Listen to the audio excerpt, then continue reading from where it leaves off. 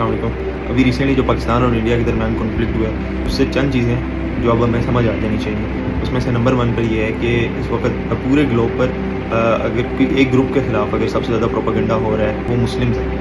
اور مسلمز کے خلاف وہ اب بے شک اٹھا کے دیکھیں، آج سے 20 سال پہلے 25 سال پہلے جو 9/11 ہوا تھا، اس میں سب سے جو بڑا ایلیمنٹ ختم کرنے کی ضرورت تھی مسلمانوں سے، وہ جہاد والے ایلیمنٹ ختم کرنے کی ضرورت تھی، تاکہ مسلمان وہ واحد قوم ہے جس سے کوئی نہ کوئی ریزسٹنس آ سکتی ہے ان کی جو گلوبلائزیشن میں جو انہوں نے پروپیگنڈا کرنے اور جس طرح میسیج کو کنٹرول کرنا ہے، اگر انہیں کسی ایک قوم سے سب سے زیادہ خطرہ ہے تو وہ مسلمان قوم ہے۔ اور یہ بھی اس کانفلکٹ میں ہمیں واضح پتہ چل گیا کہ کس طرح انڈیا کو اسرائیل کی طرف سے سپورٹ آئی ہے اور سارا کچھ ہے وہاں پر اسرائیل کے اندر جس طرح زائنسٹ کمیونٹی بیٹھی ہوئی ہے، اسی طرح انڈیا کے اندر جس طرح ہندوتوا بیٹھے ہوئے ہیں، اور دونوں ایکسٹریم میں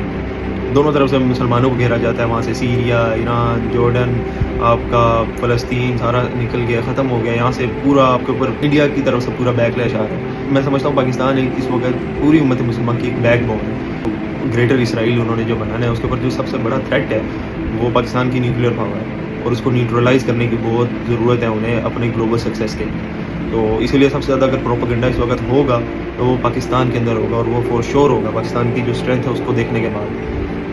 سیکنڈلی جو ہمیں چیز سمجھنے کی ضرورت ہے وہ یہ ہے کہ ہمیں ایک پختہ ایمان کی ضرورت ہے۔ اس وقت جتنے فتنے اٹھ رہے ہیں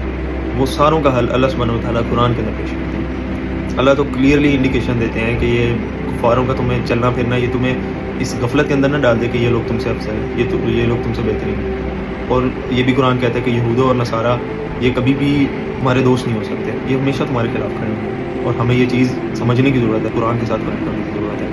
تیسری چیز یہ ہے کہ ہمیں ریئلائز کرنے کی ضرورت ہے کہ ہم کوئی نیشنلٹی کی بنیاد پر ایگزسٹ نہیں کرنا چاہیے، ہمیں ایز این امہ ایگزسٹ کرنا چاہیے، اور ایز این امہ ایگزسٹ کرنے کے لیے سب سے پہلے ہمیں یونائٹ ہونے کی ضرورت ہے۔ اور یونائٹ اسی طرح ہی ہو سکتے ہیں کہ ہم اپنے سے زیادہ دوسروں کے بارے میں سوچنا شروع کریں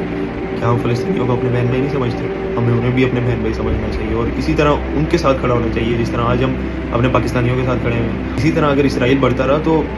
وہ کدھر تک پہنچ جائے گا اس کا ہمیں اندازہ بھی نہیں ہے۔ ان کے تو گریٹر اسرائیل کے اندر مدینہ بھی آتا ہے، مکہ بھی آتا ہے، اور انہیں اگر اس گریٹر اسرائیل بنانے میں سب سے بڑا تھریٹ ہے تو وہ پاکستان کی طرف سے ہے، لیکن پاکستان یہ بات سمجھ نہیں رہا، اور ہمیں اسٹرکٹ ایکشن لینا چاہیے، ہمیں واقعی طور پہ ایک امت کے طور پہ کھڑا ہونا چاہیے۔ یہ وہ 3 چیزیں ہیں جو ہمیں ریئلائز کرنی چاہیے، اور اللہ سبحانہ و تعالیٰ سے مدد مانگنی چاہیے، اور جس طرف دنیا ٹلٹ ہو رہی ہے کچھ پتہ نہیں چلتا اگلے 2 سالوں میں کیا ہو جائے گا، ہمیں ایز این امہ کھڑے ہونے کی ضرورت ہے، ہمیں ایز این امہ قرآن سے جڑنے کی ضرورت ہے، کہ حقیقی ایمان کی ضرورت ہے۔ جزاکم اللہ۔